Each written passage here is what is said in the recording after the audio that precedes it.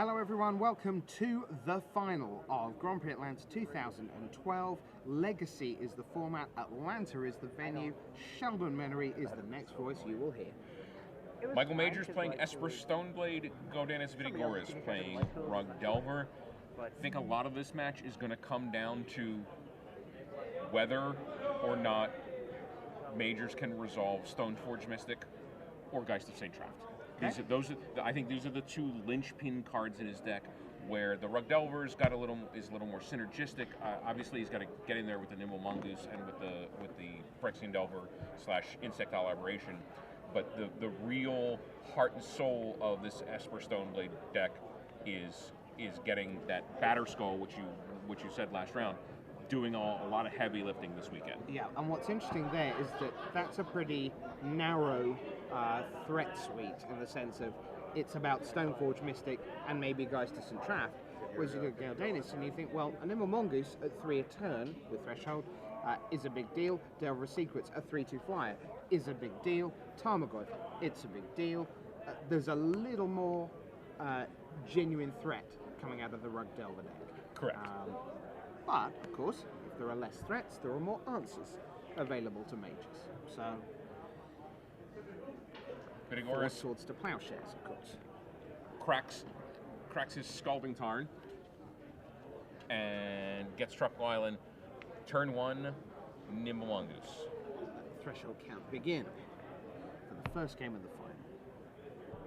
No early action for Michael Majors, so it feels like Vidugiris is going to determine the pace of play here. See 2 Brainstorms in his hand. One at either end, yep. He will probably cast it. That was a swing. That was an extravagant little attack. Oh, he's going to go in for the Tarmogoyf. And that was about the quickest counterspell I've seen all day. Tarmogoyf, no. Okay. Graveyard count at 2. And there we see Sword of Feast of Famine, which is one of 2 equipment in the Stoneblade deck. It's a sword.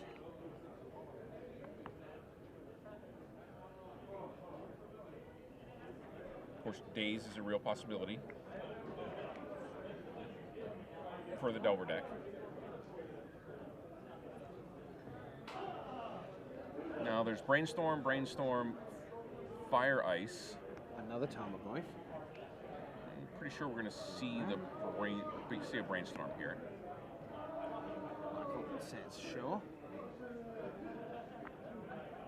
Into another Brainstorm, a Lightning Bolt, and a Fetch Land.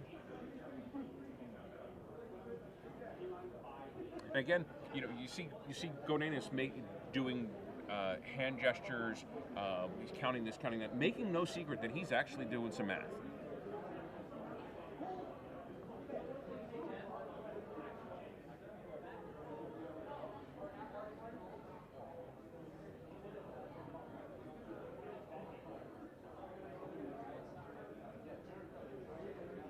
So Lightning Bolt going to the top, it looks like.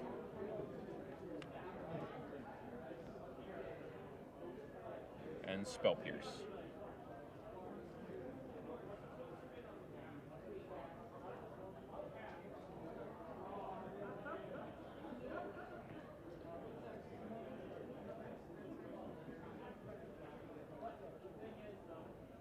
Final decision.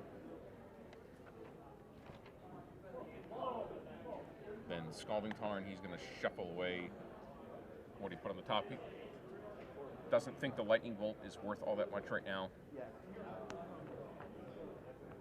Another Tropical Island. And we are probably going to see that second Tarmogoyf.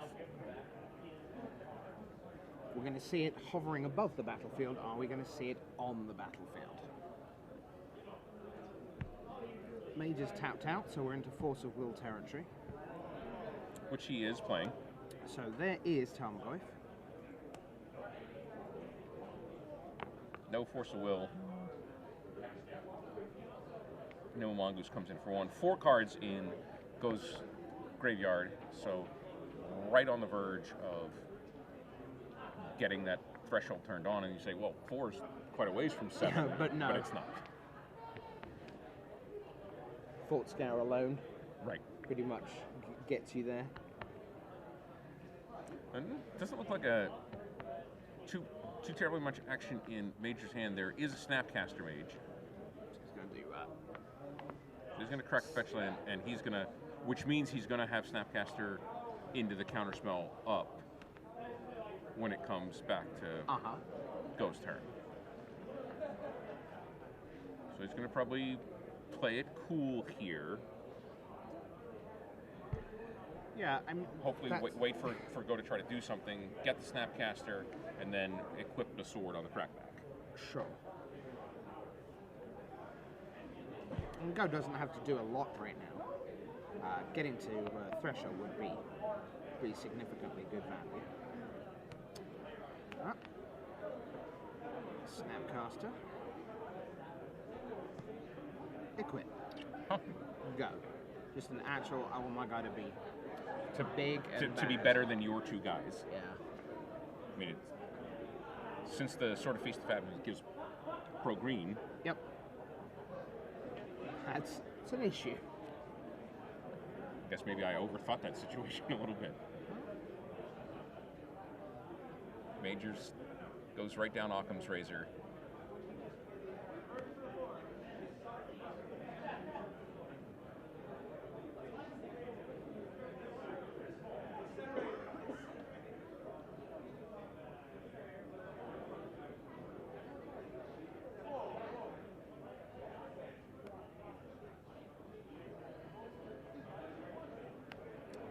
Brainstorm.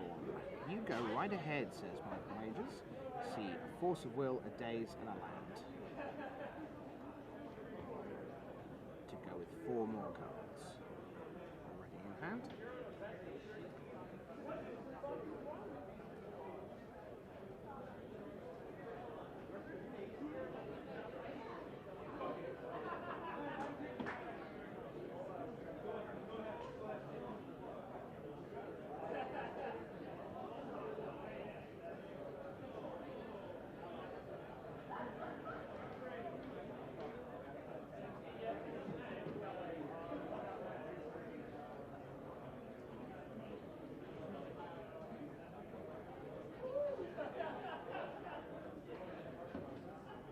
See Vidugiris, Vidugiris looking through what he's going to ship back to the top, and certainly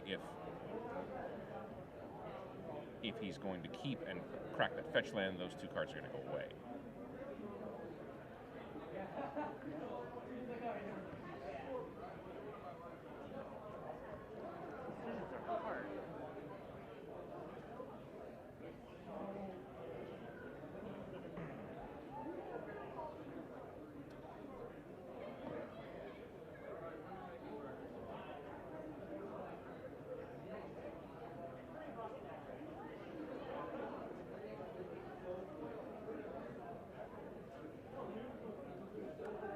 You have to have real patience to play against people who play at this pace. Genuinely. I mean, and I'm not talking about slow play, I'm just talking about deliberate. It is comfortably slower than many people play. Right. And the game has a very different dynamic when you are iced for periods of time. Yes. Well, your attention starts to drift because you want to put yourself in the brain of the other guy. But it's way easier to be thinking than thinking about what the other guy's thinking.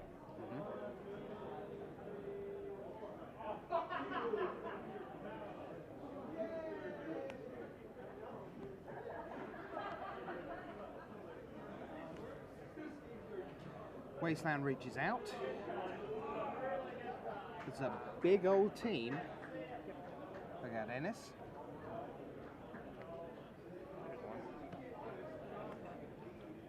As we see Ponder from Mike Major.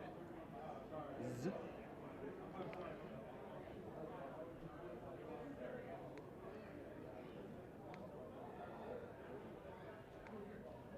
We see a Jace the Mind Sculptor, who has not been a major player in the games we've seen on camera. Most often, Jace has been turned out to be blue. Right. As the, what does Jace the Mind Sculptor do? It's an alternate casting cost for a Force of Will. Not really been in the limelight in the games that happen to have been on air, but of course a very small sample size. Sure. No need to trade away your Jace the Mind Sculptors Right. just yet.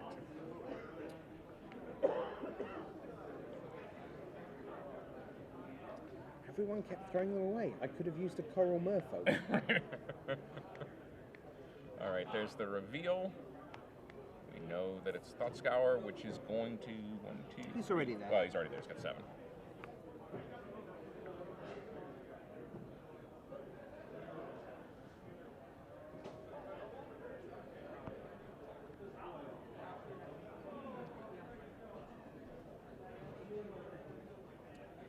It's interesting, that Fire Ice, you see, here we go. He's going to use it. There's going to be a lot of damage coming in. A lot. There it is, it's tapped. Draw a card. It's a land. Brainstorm, land, +1.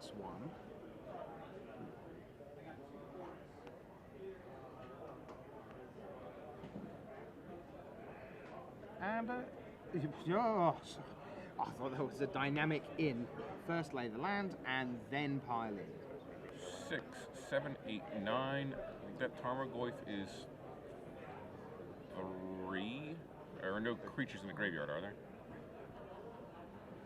Any moment now, you're going to see Michael Major's life total plummet from 17.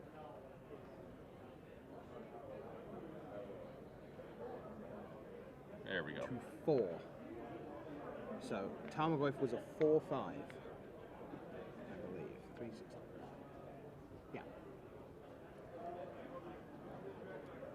3, 6, 9, 13. 13 is the gap. Now Major's utterly under the gun. It's a reasonably good peel. Or at least the card itself is reasonably good. I'm not sure it's situationally what he needs. Yeah, I mean, he's in. Play the land, get to 5. Make the Batterskull, attack, untap all lands. Go make discard. a Jace. He can make Jace once he untaps his land. So he gets to make both Batterskull and Jace.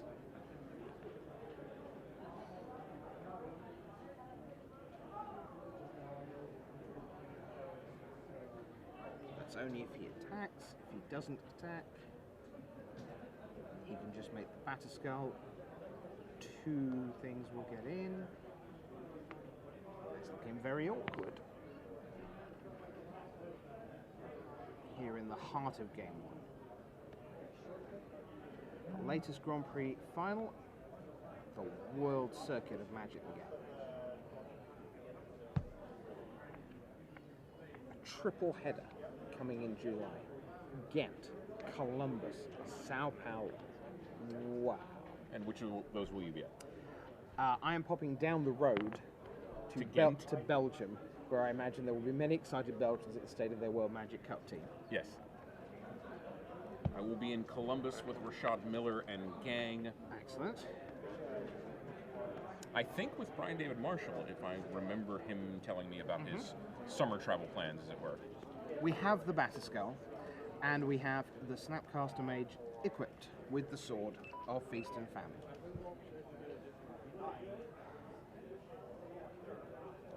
Mages is at 2.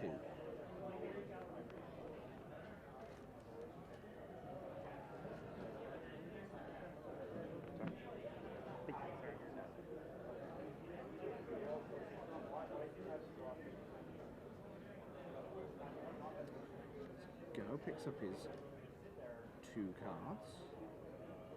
Says, I'd like to brainstorm. Sure, says Mages. There's a lightning bolt there. That's going to make things pretty clear cut. Awkward. Awkward, good, yes.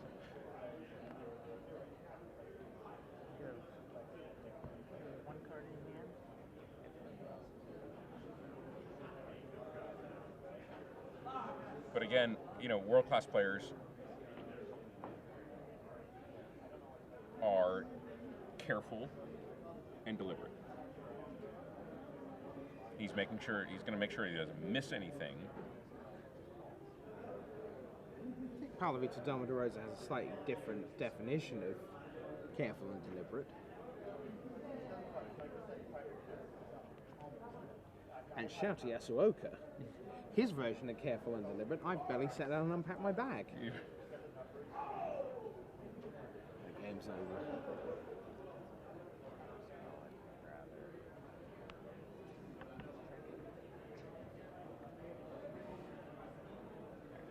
I have both of these, so like I'm trying to figure out. And there's a kind of slow motion scooping up of the permanents there. But at whatever speed the permanents get swept up, it is 1-0. So yeah, Dennis Vidugiris here. That's why I was going over it. RGB Atlanta. Go. Yeah, really, you're dead. Let's get to game 2. So he leads 1 game away from a 3rd Grand Prix title. Well, I mean, he has a flight to catch. He needs to. Yeah, this is him hurrying. Right.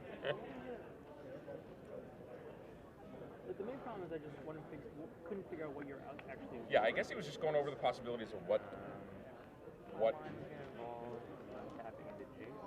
Major might have in his hand, but he was tapped out with only 1 card. I mean, it's not like he had force of will.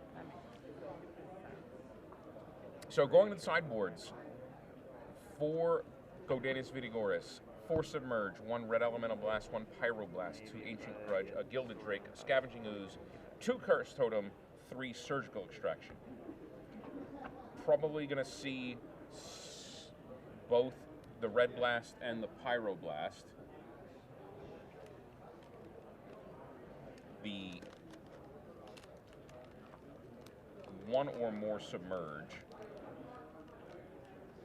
Well, probably not the Submerge, since Majors doesn't have any forests.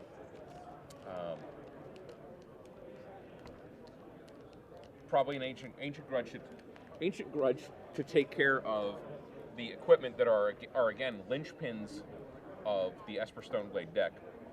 On the other side, Majors has Wrath of God, Disenchant, 2 Lingering Souls, Umazawa's Jitte, Humility, 2 Perish, 3 Surgical Extraction, 2 Aethersworn Canonist, and 2 Path to Exile. Humility is certainly a card he brought in against a similar deck in the top 8. So just before the final, Scott Marshall, the head judge, was sitting doing his thing, and 2 gentlemen came up, guy in his 50s and some young 20-something, looking suspiciously like the family of Michael Majors. I see. And you know, when you're starting these events, maybe the family don't know too much about what your weekend involves. You just know that you're gonna have some fun and do some stuff, and you know, and you obviously explain to them that, well, the thing is, most likely I'm going to be out on Saturday at 5 and 3 drop, so I'll be done. But then on Sunday I might play in some little side events and so on. And they come back in at 5, 6 o'clock, 7 o'clock on a Sunday night to find that 902 players aren't playing anymore, but their boy is, and there you see him. It's like, well, yeah, I did tell you there was a theoretical chance that I could be winning the thing. Yeah, I have a feeling that's what happened, because they were asking, it's like, so how long do these matches take? And is this really the final? And, you know, I haven't spoken to them, but I do have a feeling. Because we've got a plane to catch. Right.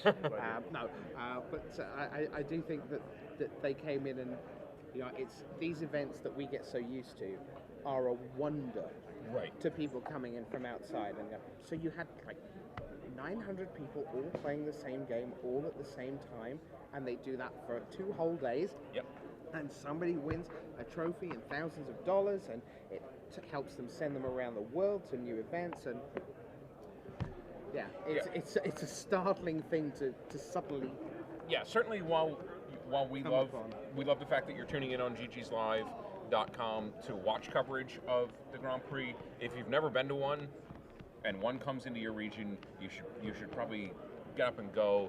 There's nothing quite like the smoke and smell of grease paint that is a Magic Grand Prix. Yeah, any number of people this weekend have come up and said, listen, this is my first Grand Prix, I watch coverage all the time around the internet, and just so exciting to see lots of these players and that we see on the TV. Right. And here we are. The telly, you might say. The telly, I might say, and manfully avoided.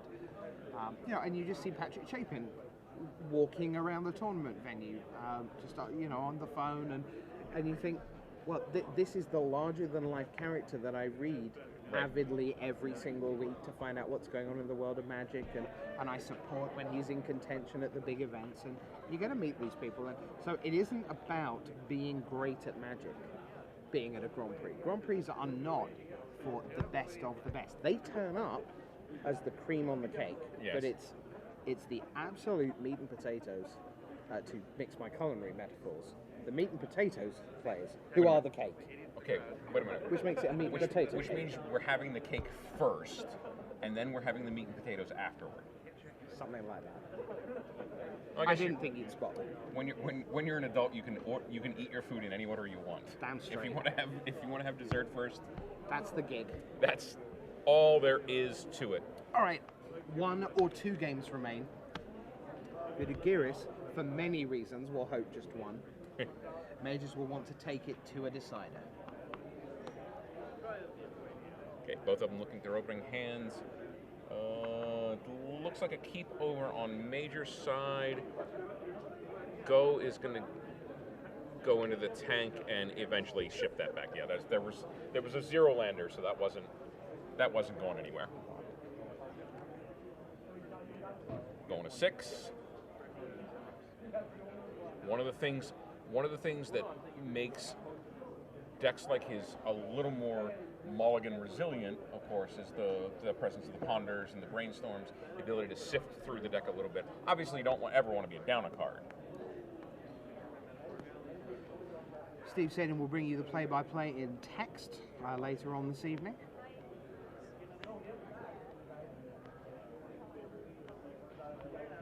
Do you have sometimes Magic players are a little ritualistic in their behaviors, a little, what's the word I'm looking for? Superstitious? Superstitious, thank you. Do you have any superstitions about, like, when you mulligan once, how you have to pile or shuffle in order to ward off the evil spirits of mulligans? No, not that at all. There is a practical one. I have outside competition, which is that I don't like shuffling, right? Particularly. I'm not terribly good at it, and I've only recently learned to sort of riffle. Right. And sometimes after a long playtest game where I've got 18 land together, right, even though I have riffled a bunch of times, when I then draw 7 land and I mulligan and I just do a few cursory shovels and then I draw 6 land, I'm like, okay. All right, I'll pretend it's an actual tournament now, and then I'll go around in my 7, 8 piles, whatever it is, and then give them many riffles and say, all right, now let's see what happens. Right. But no, I certainly don't feel, oh, it's time for the mulligan shuffle. Right. There isn't one of those, no. So, Tropical Island, Tarmogoyf, Wasteland, Brainstorm. And one more land. That seems perfectly presentable for 6.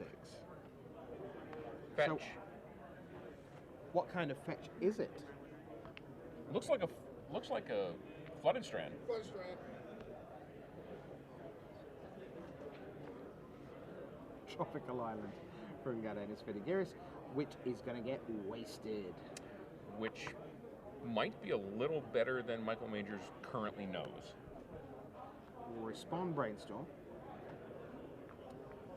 And there's no land in those 3. Wasn't there a Wasteland on top? Oh, was it? Okay. I miss... yeah, I think you're right. Yeah, okay. Very good. Yeah, Snapcaster Ponder and what turns out to be a 3rd Wasteland. That is not looking good for Gardenis Vidugiris.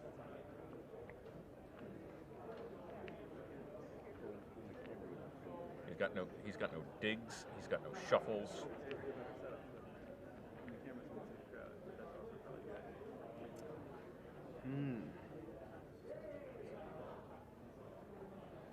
And because the Flooded Strand is a Flooded Strand as opposed to a duel already, there's no way that Go can simply buy himself some time by going, waste it, waste it, waste it. There is going to be a window, Right. right here, right now, where the Flooded Strand can become something useful and then turn into something useful. Although, again, Michael Majors is not... Thanks very much. Oh, that's just charming. It'll be an island. Yeah. Oh, super.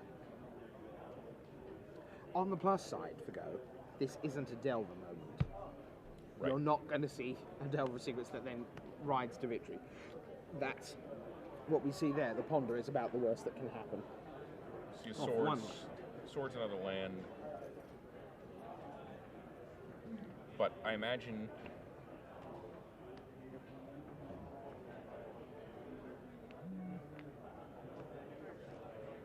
Oh, it's a wasteland.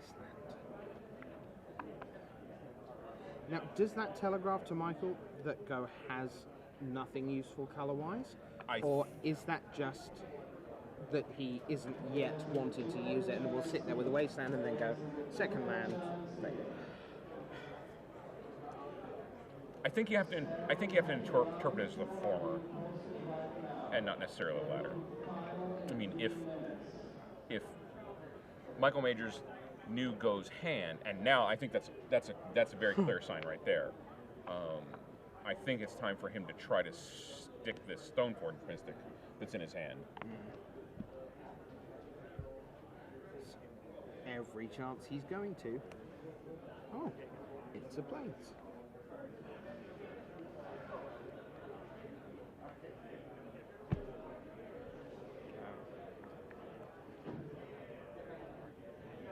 Drops another fetch. This fetch is a polluted delta. Polluted delta. Of course, gets the Batter Skull as per the plan. And look like a Tarmogoyf drawn. Oh, triple wasteland against a game of Magic. Yes. It's approximately what's occurring here. I think. Who do you fancy for Game 3, Sheldon? Yeah, I was just about to say I don't think I'm putting it too far out there when I might suggest that we're going to go to a Game 3.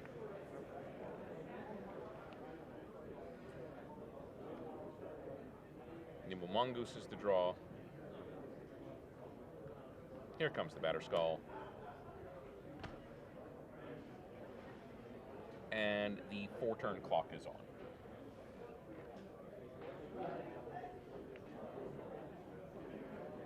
I mean, obviously Majors is actually going to attack for 6 instead of 5 because it really has no other use for the Stoneforge Mystic.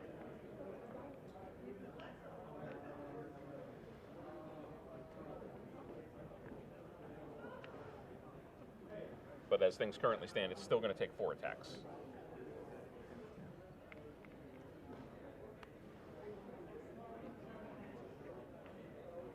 Yeah, 5 total. Right? Batter Skull and Stoneforge.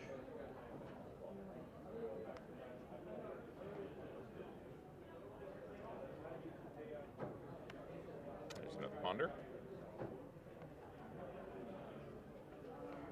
And a Geist of St. Traft is in that pile, which is certainly going to be the card off the top.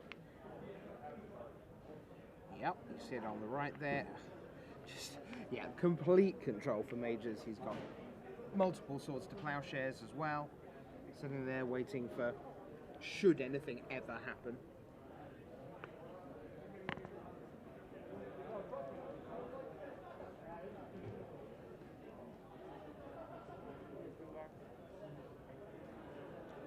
Yeah.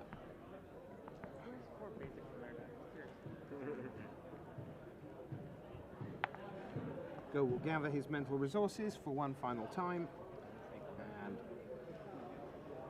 prepare for a decider that is still a few turns away, But I hard don't to really think imagine there's many coming back. twists away. Yeah. Yeah. In I come.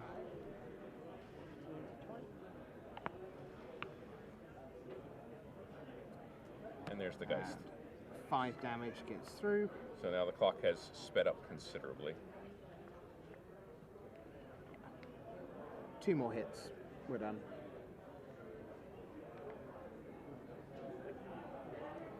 Pass the turn. That was I'm going to discard. Smash.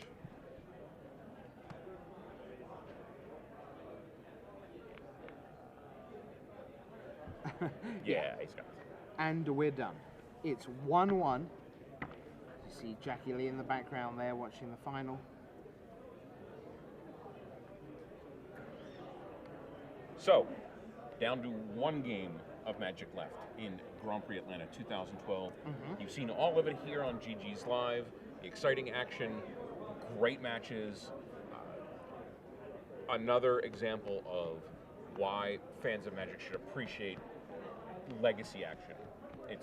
It's deep, it's involved, it's nuanced, and it requires great skill to play. Yep.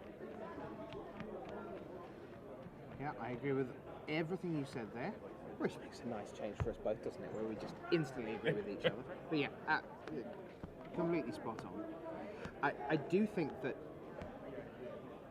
with Gardanis on the play, the ability to go Delver turn 1 or Nimble Mongoose turn 1, it defines the early game, and by the time Mages is into the mid game, he spent quite a lot of game time and resource time stopping it being the early game that Go got to do pretty much unmolested. Right. Now, obviously, Michael Mages can have a force of will. Right. To straight away, just, can I have a Delver? No, you can't. Fair enough. But should a Delver or Nimble Mongoose come down, we've certainly seen that Go can ride those, if not to victory, to a point in the game where all the stuff he's been stockpiling while he's been chipping away becomes an insurmountable win. Right. And so I think the turn 1 play is huge here. In the way that we saw in that second game, which eventually became not a game at all, but when Mages had his land and Go was in trouble, there was no Delver or Mongoose to come down. It was, oh, so you're in real trouble, I'll ponder. Yeah. Whereas Go gets the chance to, how about this? Turn 2, run out more, potentially. He has days available on turn 2. I think this is a very big start to the deciding game. Well, being on the play here for Go means not only does he have the potential turn 1 play of the Mongoose or the Delver, he also has days backup. I mean, I'm not really sure there's too much turn 1 that he'd want to set himself back for in Major's deck. That days is probably going to stay for something a little more considerable. So here's an opening hand for Gardanis, which is mostly off camera. But I saw Tropical Island and Ponder, so I think the rest of it is and a it keep. looks like he's keeping because Majors has now picked up his, has quite a lot of land, at least 4, but we are away. Turn 1, Nimble Mongoose, go. And Early game is defined. It's another land for Majors. And there will be a Ponder back the other way. So... See a Geist, see a land.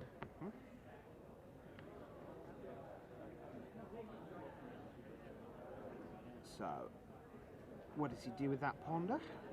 He will send them away. Don't fancy that lot? I'll have something else. Or maybe something the same.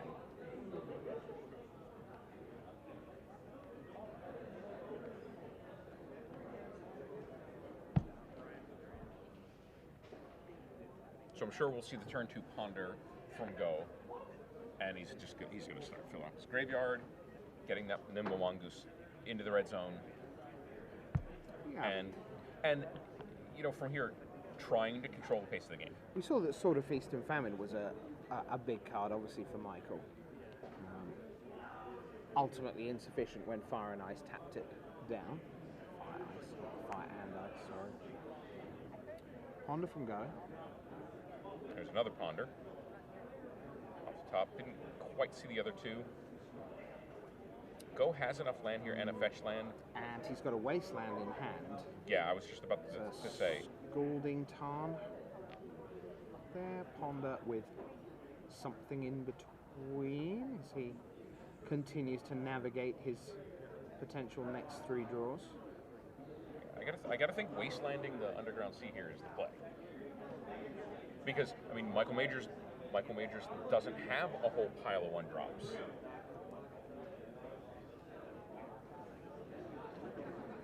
He's got to get into his mana. He's got to get the second mana for the Stone Forge.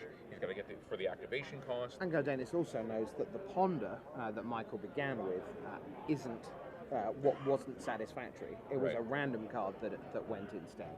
Yep, So there there it is. is the Wasteland. And Nimble Mongoose gets in it again. 2 cards in the graveyard for Vidugiris. Nimble Mongoose deals the first damage of the final game.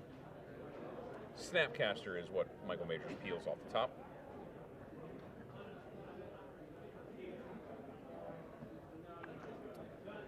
So a couple of Flooded Strands. See the Swords to Plowshares in his hand. Nothing to interact with just yet. Ponder we knew was on top. There's Scalding Tarn. And Go will send in the Nimble Mongoose for the second point. Followed up And with Delver. Delver of Secrets. Major says short and And passes. we see the days there on the top of his hand. Yep, for Godanis. So Stoneforge Mystic is problematic here. Obviously, Michael Majors doesn't have one. Second Flooded Strand comes down. And just past the turn. Yeah, those. So Godanis will crack away the Scalding Tarn I think we're going to see and respond. trigger on the stack for Delver of Secrets and cracking the Eventually, so, land yeah, so we're still at EOT. end of turn. There's planes for Michael Majors. And he's going to point one of those Swords to Plowshares in his hand at the Delver of Secrets before it gets a chance to be a little bigger. Yeah. Go knows what's coming. Yep. Away it goes. Only 1 life gain. Graveyard not larger.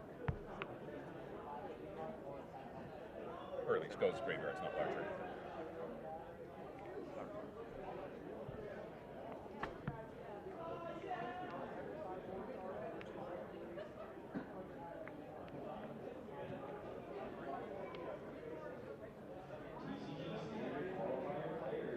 So, Volcanic. Drops Vidugiris to 19.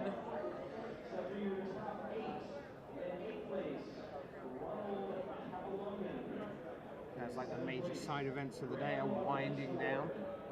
So we reach 7:30 here on Sunday evening at an excellent GP Atlantic.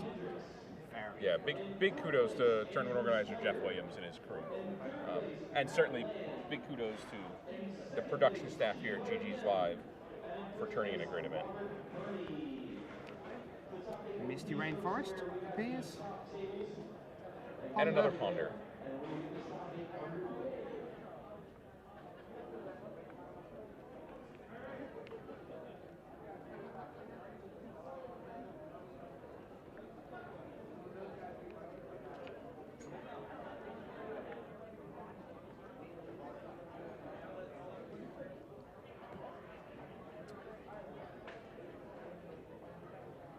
Vidugiris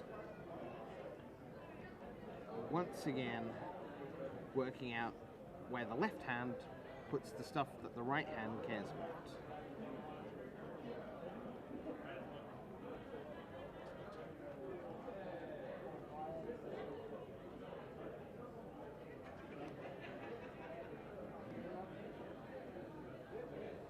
Again, Go is just is just going to Fort Scout. And slowly return. determine the pace of this game. Is he at 6? 1, 2, 3, No, he's 4, there. 5, 6, 7. No, He's he's there. at 7. So Maybe we could now- get the staff to the on-site staff to move that graveyard onto the on camera. See exactly what's there. There we go. Thanks, boys. Meanwhile, Majors took a hit from 17 Down to 14. Now There to it is. 13. Now to 13 with the fetch land. Go still at 20 after cracking 1 fetch and gaining 1 from the Swords to Plowshares. Majors using the basic lands to stay out of wasteland range.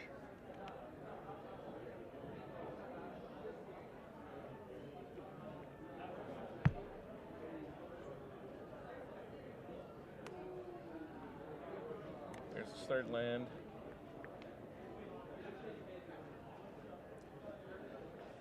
Lingering Souls. And somewhere Tom Martell is glowing inside.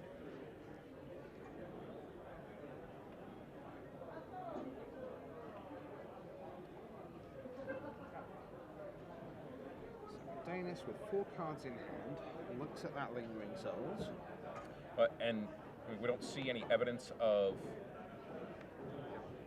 black mana, so the daze does seem pretty good there.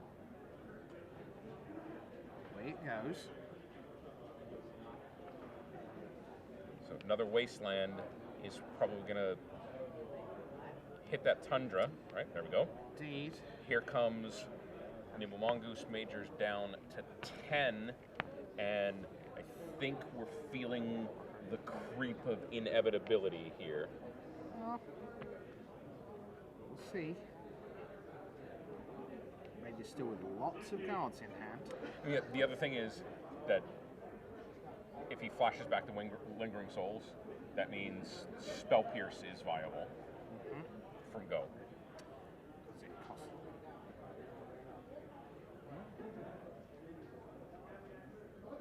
Snapcaster in Major's hand. What's the path for Michael Majors to dig himself out of this hole? Is the question. Make a Stoneforge Mystic. Go and get a Batterskull. Make a Batterskull. Turn a Batterskull sideways. Watch Ganenis die in a heap of Batterskull. Does he have that much time? Batterskull doesn't turn sideways. Well, metaphorically it turns sideways. Even vigilant creatures turn sideways when they attack. Inside. There's the Lingering Souls flashback.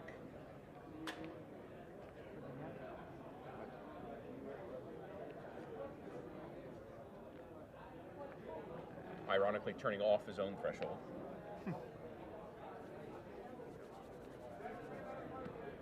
And it's good. Well, at this stage, Go doesn't particularly care, I guess. I mean, Yeah. It's just, okay, so you had 2, now you've got 1. Yeah, I mean, all Majors is looking for here is some time to assemble some resources and, like you said, be able to cast a Stoneforge Mystic. There's Tarmogoyf. Is he 3 or 4? Are there any dudes in the graveyards? Instant sorcery land. Instant sorcery land. So I think he's a 3/4 right now. Well, if Michael Majors is going to get himself out of this hole, Brainstorm's a pretty good start. Yeah. He is, as you say, going to need to do it rather soon. Well, he's at 10 life, and he's obviously going to be chump blocking that one of the 2 of those. He's either going to take 3 or 4. Yeah. He's looking at 7-1 nothing over the next 3 turns, unless he does something pretty useful. Now, of course, we've seen that he's got a Snapcaster Mage in hand. He's got a Swords to Plowshares Right. in his graveyard. Yeah, he can Snapcaster and flashback the swords. Again, all he's doing here though is giving himself some time. Of course, oh wait a minute, Snapcaster swords on the Tarmogoyf double block the Nimble Mongoose. Yeah. And then potentially the board's reset. He currently has 6 cards in hand. Go has 3.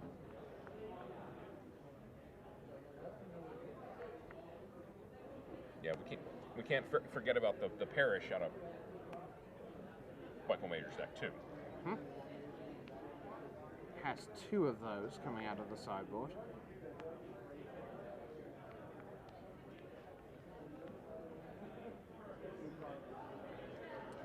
Passes the turn. Vidugiris. Untaps, and now his Snapcaster Mage.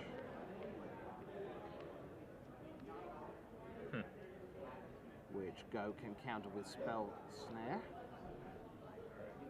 Should he wish, which he does. And we advance to the draw step. It's okay. Blast from the past.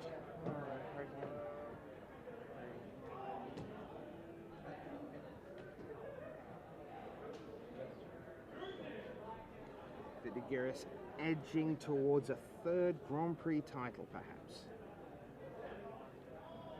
Tampa 09, Denver 2011. The Tarmogoyf is blocked. Once again, the board is clear. The way is clear. Majors falling down to 6. So close to the end of the line. Got the Spell Snare for the Swords to Plowshares. There are no miracles to entreat here.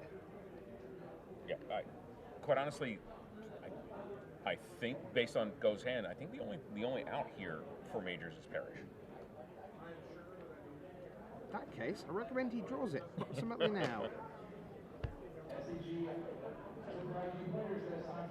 It's a pretty big shuffle here, Galennis.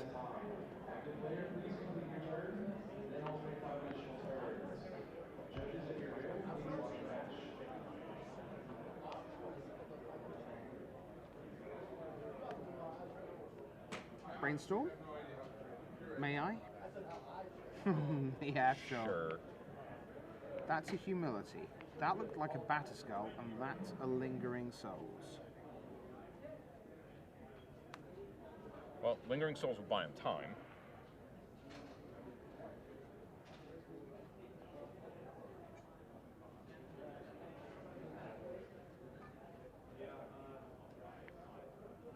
Always assuming he can make it resolve.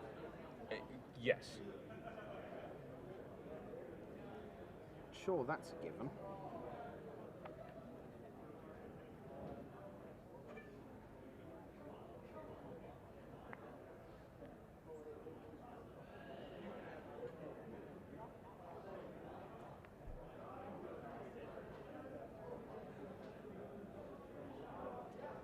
Spell Pierce, Pyroblast, and what was the 3rd card in Go's hand? It's been a good room key. Where's that? It's been a good room key. Good room key. Oh. Spell Snare. It's quite a lot of no. Yeah. Attacks for 4 and gains 4 life.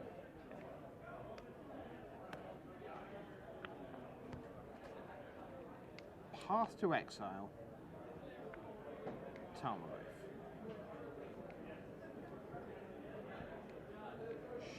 Sure. Yeah, not worth fighting a war over. 24?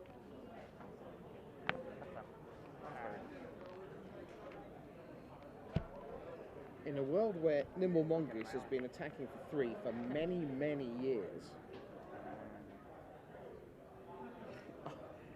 despite all the upgrades and new sets, could easily be a Nimble Mongoose attacking for 3 that's going to win this Grand Prix. Snapcaster. No.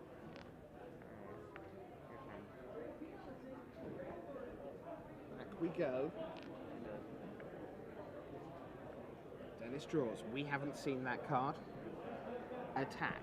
Majors from 6 to 3. And now is in lightning bolt range. Another Nimble Mongoose. Okay. No, really. don't. How much value is there in playing that? Well, you don't play because Perish because of kills one Perish. and then you reload with the next. Right. Mages is at 3. Humility. Well, there's a thing.